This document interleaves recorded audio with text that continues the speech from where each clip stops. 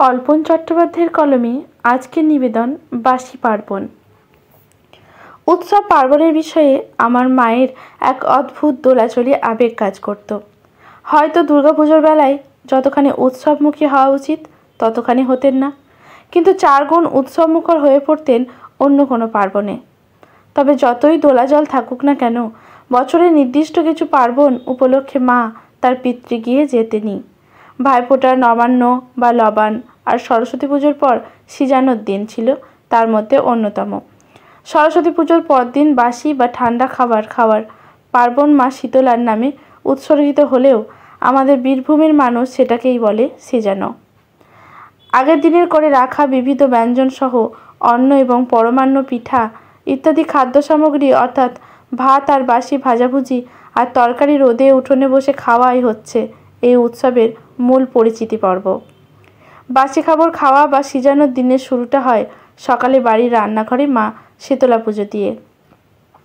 খুব অল্প সময়ের পুজো, বড় পুরোহিত লাগে না। আমাদের মতো ছোটোখাটো গোছের কেউ একজন নিত্যকর্ম পুজো পদ্ধতি দেখেই করে দিতে পারে পুজোটা। সাধারণ চলতি নিয়ম বলে এদিন গরম কোনো খাদ্য ও পানীয় সম্পূর্ণ নিষিদ্ধ, কিন্তু পরবর্তীকালে একটা সময় দেখেছি মায়ের ইচ্ছেতে বাড়িতে এই দিন সকলের গরম চা খাওয়ার চলন শুরু হয়েছিল। সকালের দিকে ষষ্ঠী পুজোর পর বাড়ির ছোট বড় সবাই দল বেঁধে লম্বা হয়ে উঠোনে বসে কলাপাতা, শালপাতা বা কাঁসার থালা যা হোক একটা কিছুতে মুড়ি আর কালো কলাই ডাল সেদ্ধ, তার সঙ্গে মেশানো সাদা বেগুন, শিম, লাল আলু খাওয়া হতো জলখাবার হিসেবে। রাত্রে রান্নার পর নতুন করে উনুনে ন্যাতা বুলিয়ে পিতলের হাঁড়িতে এই ডাল সেদ্ধ করতে বসানো হতো। সে এক দীর্ঘ সময়ের প্রক্রিয়া। অন্য ডালের তুলনায় কলাই ডাল একটু বেশি চিমড়া, সহজে সিদ্ধ হতে চায় না। যখনই তুলে দেখো দেখেই মনে হবে তাকিয়ে আছে ড্যাব ড্যাব করে। কলাই সেদ্ধ মুড়ির ওপর অনেকটা ঝাঁঝ ধরানো মামার বাড়ি থেকে পাঠানো ঘানির সর্ষের তেল নেওয়া হতো স্বাদের জন্য। দেওয়া হতো ঢেলা গুড়, আর শেষ পাতে দেওয়া হতো দুধ পুলির পিঠে, রাঙা আলু বা লাল আলুর ভাজা পিঠে, পালো।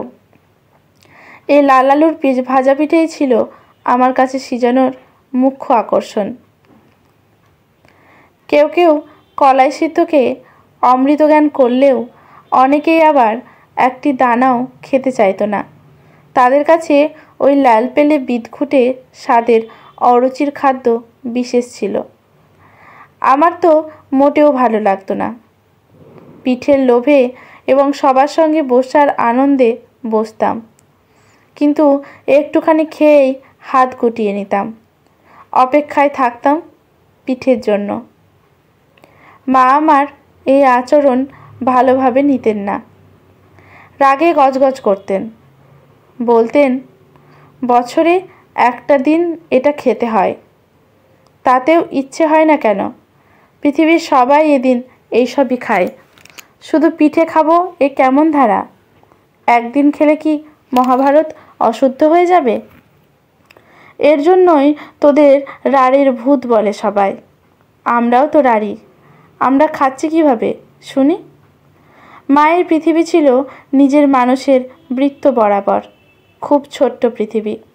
2টো ঘর আর একটা রান্নাঘর, এক চিলতে উঠোনের পৃথিবী। নবান্ন এবং সিজানো রকমে ধকমে প্রায় এক গোত্রের বলা যায়, শুধু নবান্ন স্বাদে গুণে অনেকটা এগিয়ে থাকে, এটাই যা। মূল মেনুর জায়গায় জলখাবারে চাল গোলার পরিবর্তে সবজিপাতি সহকারে কলাইয়ের ডাল সিদ্ধ আর একটা ফলটল সহকারে নতুন চালের গুড় গোলা। আর দুপুরের খাবার প্রায় সব একই থাকে, পার্থক্য ঠান্ডা গরমের। গ্রামের বাড়ি ঘরের পরিবেশ কোনো ফারাক তেমন থাকে না বললেই চলে। বলার মধ্যে বলা পার্থক্য একটুখানি আছে বটে, সেটা হলো চাল গোলার কোনো নির্দিষ্ট মাপ থাকে না, যেমন দরকার তেমন বানানো হয়, কিন্তু সিজানোর ডাল পোয়ার মাপে বানাতে হয়। আমাদের নিজেদের পরিবারেও এই প্রথা থাকলেও মা নিজে এই সব ঝামেলাতে না গিয়ে বাপের বাড়ি চলে যেতেন। পারিবারিক রীতি পালন যা করার বড় মা করতেন। শুরুটা করেছি সিজানো বা বাসি খাওয়ার পার্বণের হলেও এখানে আমি সাধারণ সিজানোর কথা সেভাবে বলতে বসিনি। আমি বলতে বসেছি আমার পিতৃদেবের আমার দেখা প্রথম শ্বশুরবাড়ি যাওয়ার সেই আখ্যানটা। আমি আমার জ্ঞানে আমার পিতৃদেবকে জামাই বাবা জীবন সেজে একবারই মাত্র শ্বশুরবাড়ি যেতে দেখেছি আমার ছোটবেলায়। আর কাকতালীয়ভাবে সেটা ছিল এক সিজানোর দিন। পিতৃদেব কবে সে শ্বশুরবাড়ি গিয়েছিলেন আমরা কেউ জানতাম না। মা তার প্রয়োজনে আমাদের কাউকে নিয়ে প্রায় ঝটিকা সফরে একদিনের জন্য পিতৃগৃহে ঘুরে আসতেন। তাই পিতৃদেব যেদিন মাকে বলতেন, চলো আমিও চাকপাড়া ঘুরে আসি, মা শুনে প্রথমে খুব অবাক হয়ে গেছিলেন। পর মুহূর্তেই খুশি হয়ে বলেছিলেন, ভালোই তো, চলো। পিতৃদেবের এহেন কথা শুনে আমরা তো রীতিমতো তাজ্জব হয়ে গেছিলাম। প্রথমে যেন আমাদেরই কেমন লজ্জা লেগে গেছিল। পিতৃদেব শ্বশুরবাড়ি জামাই সেজে যাবেন, এটা যেন আমাদের লজ্জার ব্যাপার মনে হয়েছিল। অবশ্য খুশি হয়েছিলাম। মুহূর্ত খানিক পর, দারুণ দারুণ, পিতৃদেব শ্বশুরবাড়ি যাবেন, এ তো খুব খুশির কথা। কিন্তু শুরুতে লজ্জাটা যেন কেন হয়েছিল জানি না। পিতৃদেব স্বয়ং যাবেন মাকে নিয়ে, তাহলে তো আমাদের কারো আর যাওয়ার কোনো কথাই নেই। কিন্তু রাত্রে আমাকে অবাক করে মা বললেন, তুইও আমাদের সঙ্গে যাবি, সকাল সকাল উঠে রেডি হয়ে নিবি। আমাদের সঙ্গে বাপের বাড়ি যাওয়ার সময় মা রসগোল্লা কিনে আনতেন বাড়ির বড় কোনো একটা অ্যালুমিনিয়ামের ঢুলকনিতে। কিন্তু পিতৃদেব যাবেন শুনে সেবার বড় মাটির হাঁড়িতে মিষ্টি আনা হয়েছিল। অন্যান্য দিনের মতো সকালে পিতৃদেব স্নান সেরে বার কয়েক চা খেয়ে যখন মায়ের বের করে রাখা ফটফটে ধুতি পাঞ্জাবি পরে প্রস্তুত হলেন, তখন নিজের জন্মদাদাকে দেখে নিজেরাই মোহিত। আমাদের বাবা এত সুন্দর, পুরুষ মানুষ কি জামাই সাজলেই সুন্দর হয়ে যান নাকি? সাধারণত আমাদের চোখে অভ্যস্ত পিতৃদেব ছিলেন আন্ডারওয়্যারের ওপর গামছা পরে সারা বাড়ি ঘুরে বেড়ানো একজন মানুষ। সেই মানুষ জামাই সাজা মাত্র আমূল বদলে গেছেন যে। মায়ের মুখ দেখে বোঝা যাচ্ছে পিতৃদেবকে পরিপাটি দেখে বেশ তৃপ্ত, তবে ভাবে তা প্রকাশ নেই, বরং মুখে একটা ব্যস্ত ভাব। কোনো দিকে তাকানোর যেন সময় নেই তার। বাড়ি থেকে একটু দূরেই বাস স্ট্যান্ড, হেঁটেই যাওয়া যায়। বাড়ি থেকে বেরিয়ে আমার হাতে মিষ্টির হাঁড়ি ধরিয়ে জনক জননী নিজেদের মধ্যে গল্প করতে করতে এগোতে থাকলেন স্ট্যান্ডের দিকে। আমার দিকে ফিরে দেখার ইচ্ছেটাও নেই। চূড়ান্ত মন খারাপ হওয়ার পাশাপাশি নিজেকে কেমন উটকো উটকো মনে হতে শুরু করছিল। কিন্তু কিছু করার নেই। এটা বুঝলাম মা আমাদের নিয়ে বাপের বাড়ি যান নেহাত বিকল্প না থাকায়। পিতৃদেব আগ্রহী থাকলে আমাদের কোনো দরকারই ছিল না। গোটা দুয়েক বাস বদলে অবশেষে মামার বাড়ি পৌঁছালাম। মায়ের সঙ্গে গেলে মাঠ হেঁটেই মামার বাড়ি যেতে হতো, কিন্তু পিতৃদেব বাস থেকে নেমে রিক্সা নিলেন। চাকপাড়াতে সে সময় সদ্য দু একটা রিক্সা চলতে শুরু করেছে তখন। সারাদিন প্যাসেঞ্জার তেমন জোটেই না, তাই সব সময় ওদের স্ট্যান্ডে পাওয়া যায় না। এদিক ওদিক মাঠের কাজে চলে যায়। কিন্তু সেদিন ছিল পিতৃদেব রিক্সাতে উঠে প্রথমে উঠলেন, তারপর মা, শেষে আমি। রাস্তা থেকে প্রায় চ্যাংদোলা করে পিতৃদেব তুলে নিজের দুই হাঁটু কাম করে বসিয়ে নিলেন। না, আমার দিকে তখনও কারোর নজর ছিল না।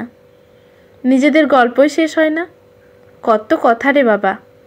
মা যে এত সুন্দর মধুর কণ্ঠে কথা বলতে জানেন সেটাই তো জন্ম থেকে কোনোদিন দেখিনি।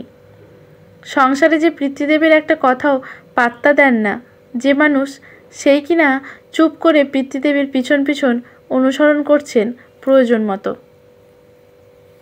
পিতৃদেবের যে কোনো সিদ্ধান্তে মাথা নত করে সমর্থন। ভাবা যায় এটাই কি আমার মা? এত অবাক কাণ্ড দেখছি, সঙ্গে না এলে এই দৃশ্য দেখাই যেত না। রিক্সা মামার বাড়ির সামনেই দাঁড়াতেই পিতৃদেবকে দেখে সারা বাড়িতে হইচই বেঁধে গেল যেন। ইতিপূর্বে আমরা কতবার এসেছি, কই এত উচ্ছ্বাস তো কোনোদিন দেখিনি। এলোমেলো কাজে ব্যস্ত মামা মামিরা আচমকা যেন যুদ্ধে নেমে পড়লেন। মামাদের মুখে এক অদ্ভুত হাসি। হাত ধরে পিতৃদেবকে বাড়ির ভেতরে নিয়ে গেলেন। মামিরা এতখানি ঘোমটা টেনে চৌকিতে নতুন চাদর টান টান করে পাততে ব্যস্ত। মামাতো ভাই বোনদের মুখে খুশির হাসি। ঠান্ডা বাসি ঘরোয়া উৎসবটা যেন মুহূর্তে গরম হয়ে উঠল। মেয়েরা আগুনে হাত দেবে না, তাই ছোট মামা নিজেই রান্নাঘরে ঢুকে চা বানালেন। চা মুড়ি খেতে খেতে কত কথা, কত গল্প, হো হো হা হা হাসি। এরপর বড় মামা পিতৃদেবকে নিয়ে বেরোলেন গ্রাম ঘুরতে। পিতৃদেব বেরোনোর পর কিছু সময় আমার বরাদ্দ হলো। এতক্ষণে যেন আমি আছি এটা সবাই জানলেন না। মামিদের আতরে মোটেও গড়লাম না। জানি একটু পর পিতৃদেব ফিরে এলেই আমি আবার বেপাত্তা হয়ে যাব। পিতৃদেব বেরিয়ে যাওয়া মাত্র মামিমারা ব্যস্ত হলেন ঘরের বাক্স থেকে কাঁসার থালা বাটি বের করতে, পরিষ্কার করে বিছনা পাততে, স্নানের জল রেডি করে তেল সাবান নতুন গামছা একটা পিঁড়িতে সাজিয়ে রাখতে। অবাক হলাম মাকে দেখে। যেই মা পিতৃদেবকে মোটেও গুরুত্ব দেন না সেই মা পর্যন্ত মামিমাদের সাথে এক হয়ে এক মূল্যবান অতিথির খেদমতির প্রস্তুতিতে ব্যস্ত হয়ে গেলেন। তার মানে পিতৃদেব এখানে আর আমাদের এলেবেলে পিতা নন, তিনি চাকপাড়ার মুখুজ্জে বাড়ির জামাই বাবা জীবন। হ্যাঁ, আমি সেবার তেমন পাত্তা না পেলেও আমার পিতৃদেব যে কতখানি মূল্যবান মানুষ সেটা বুঝেছিলাম। দুই মামা দুই মামিরা ছাড়াও খোদ আমার মাও যখন গোল করে ঘিরে দুপুরবেলা পিতৃদেবকে বসিয়ে খাওয়াচ্ছিলেন। আজকের গল্পটি এখানে সমাপ্ত। ভালো লাগলে লেখকের প্রতি শ্রদ্ধা জানিয়ে একটি কমেন্ট করতে ভুলবেন না। লাইক শেয়ার করে পাশে থাকবেন। ইউটিউব থেকে দেখলে চ্যানেলটি সাবস্ক্রাইব করে বেল নোটিফিকেশানটি অল করে দেবেন। ফেসবুক থেকে দেখলে পেজটি ফলো করে রাখবেন, যাতে এই গল্পের ভিডিও পোস্ট হওয়ার সাথে সাথেই নোটিফিকেশানটা পৌঁছে যায় আপনার কাছে। ধন্যবাদ।